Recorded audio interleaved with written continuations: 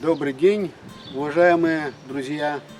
Сегодня мы продолжаем наши исследования гранта Русского географического общества по исчезнувшим деревням Удмуртской республики. И вот сегодня 10 июня 2023 года, и мы приехали в город Воткинск, Воткинский район. А город Воткинск, мы знаем, это родина Петра Ильича Чайковского. И я стою у памятника Петру Ильичу Чайковскому. Передо мной его усадьба. Мы начинаем свой путь именно с Воткинска и поедем в ближайшие населенные пункты, где много исчезнувших деревень. Это, в частности, село Камское.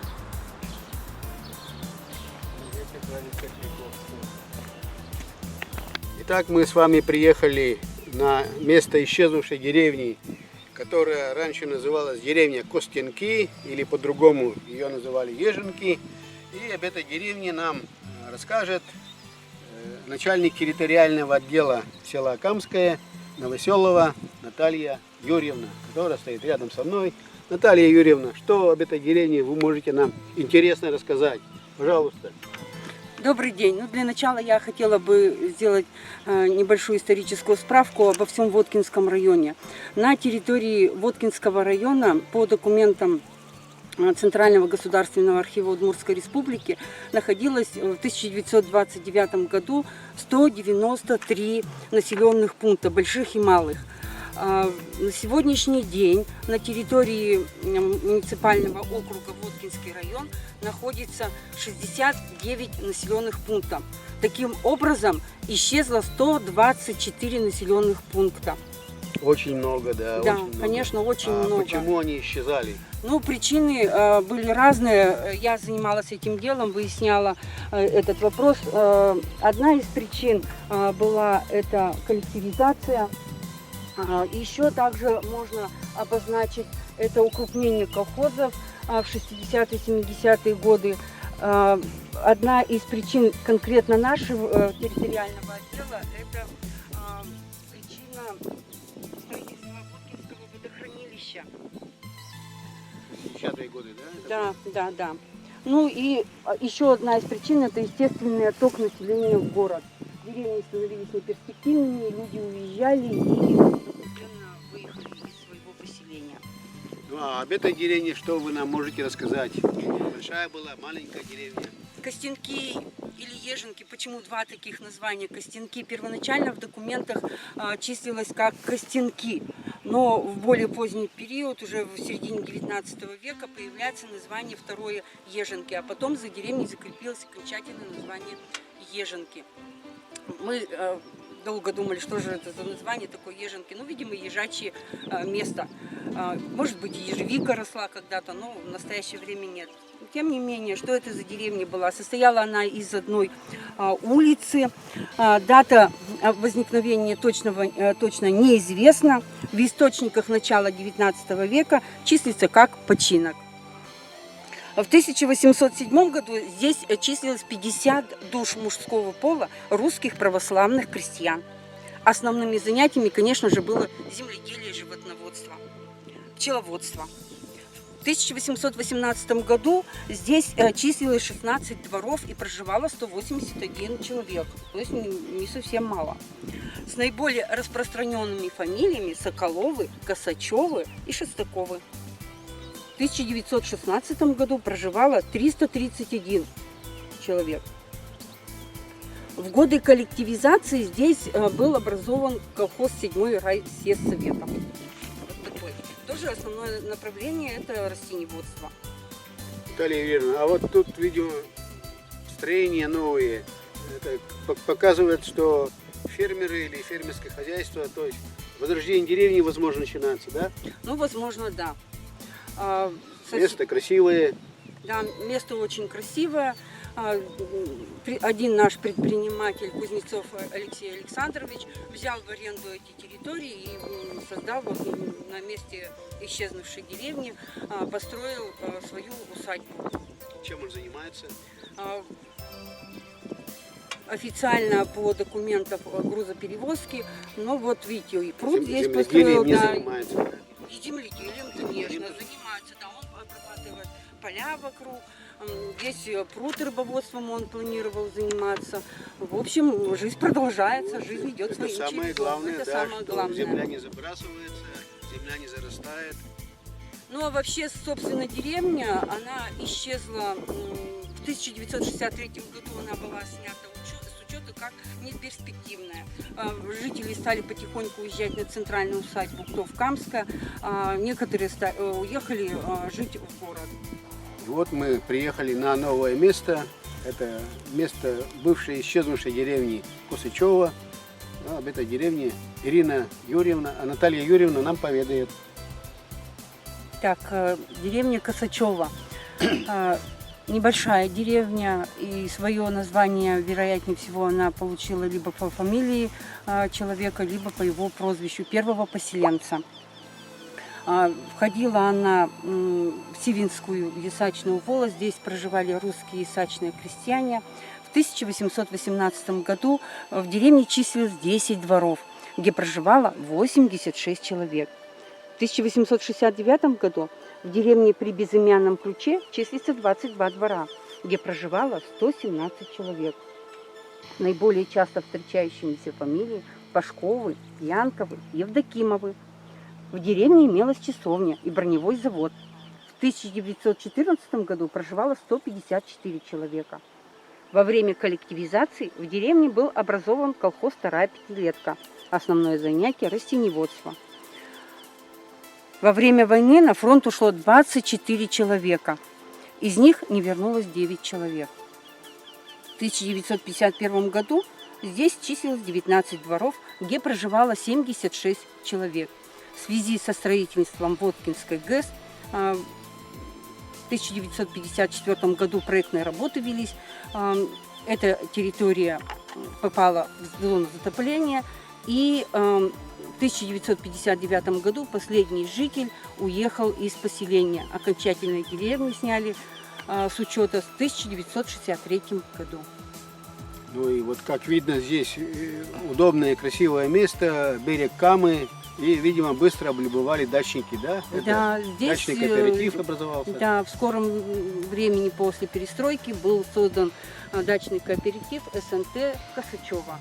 Видите, прежнее название люди сохранили. И то есть снова у нас получается история продолжается, жизнь продолжается. И уже в новой ипостаси это поселение продолжает жить. Вот мы приехали на новое место. За нами Воткинское водохранилище, обширная гладь. А на месте этом ниже на берегу стояла деревня Соколы или Соколы. Как Соколы. правильно, Наталья Юрьевна? Правильное название Соколы. Соколы, да? Да, Соколы.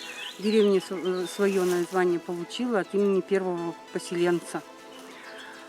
Прозвище его Сокол.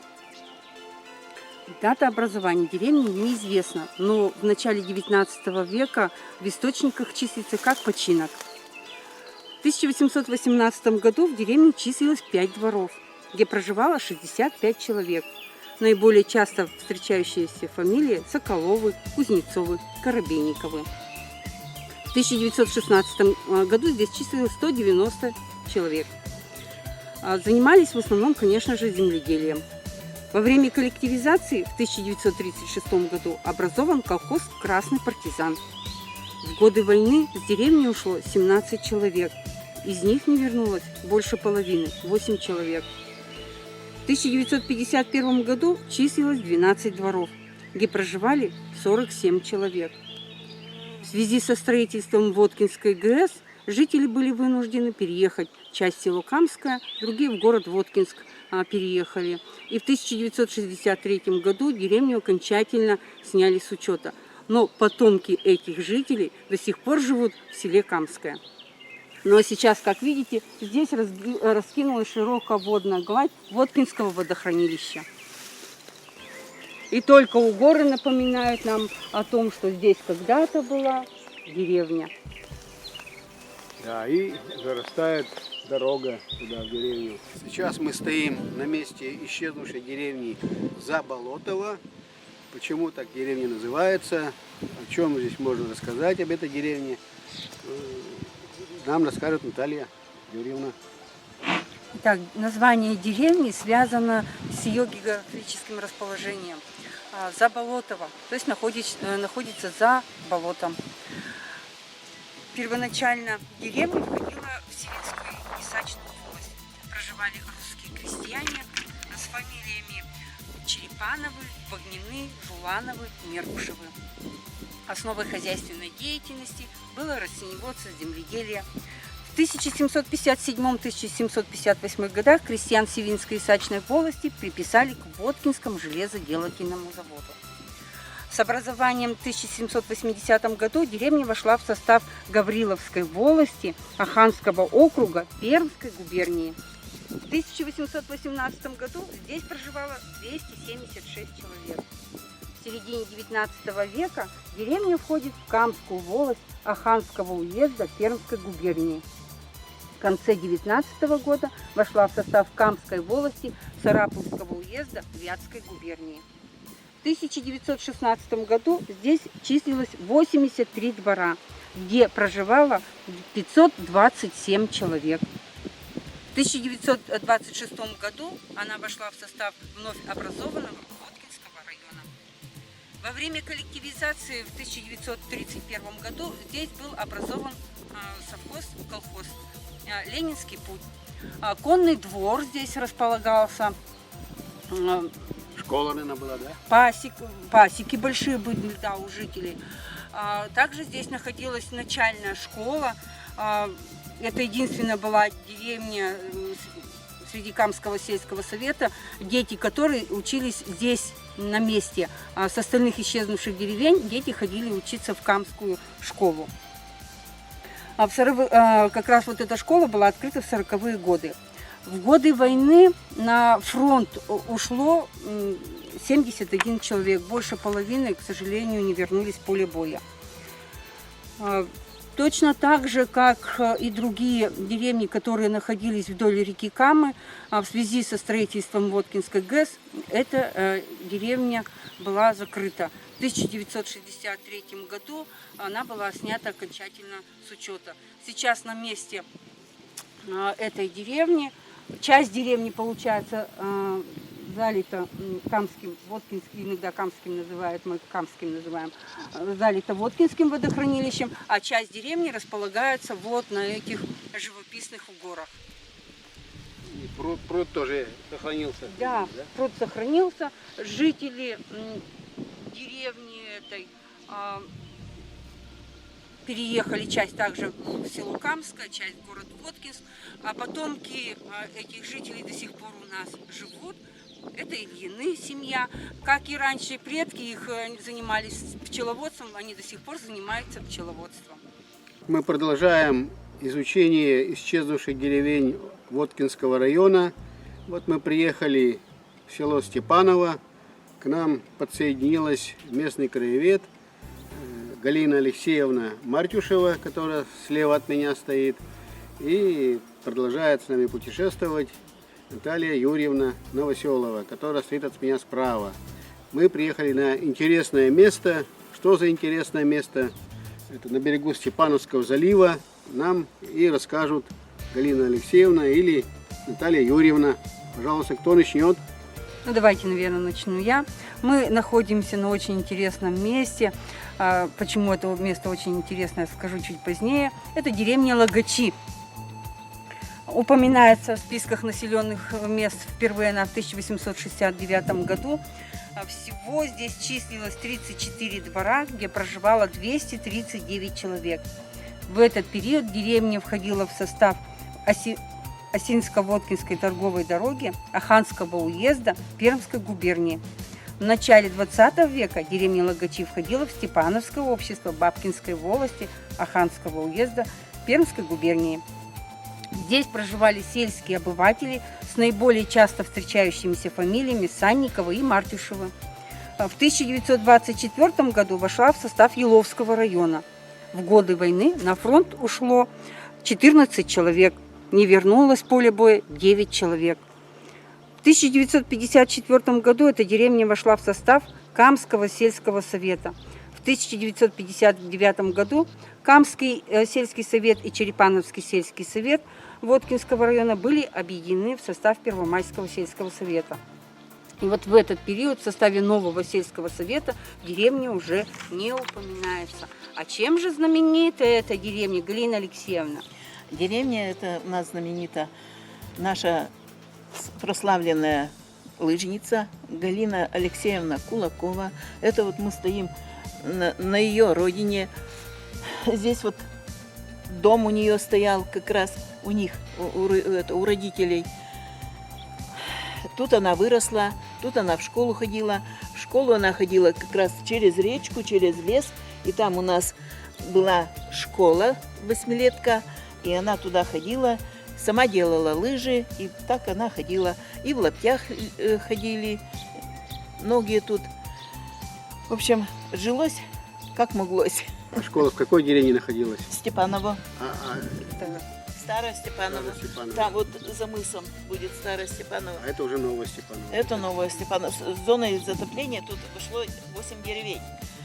Коптелы, Зебеи, Демино, Логачи, Гораны, Подбор, Гамы и Степаново. Много съехалось тут с зоной затопления. В связи со строительством Воткинского водохранилища эти деревни также попали в зону затопления и исчезли с карты.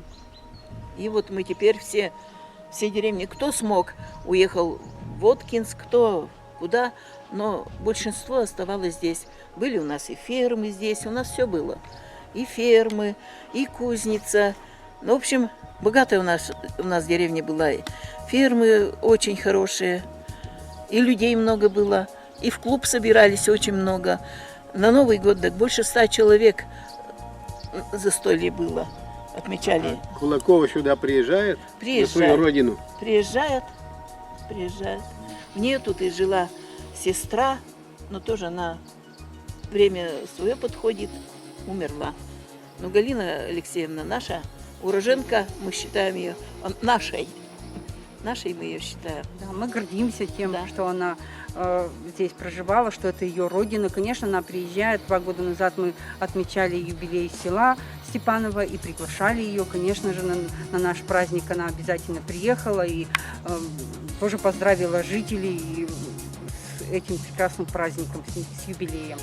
Ну, наверное, уже многие не помнят, что такая Галина Кулакова, заслуженная лыжница. Она 4-кратная олимпийская чемпионка, 5-кратная чемпионка мира и очень-очень многократная чемпионка России, СССР бывшая. В 70-х годах очень бегала королева лыжни.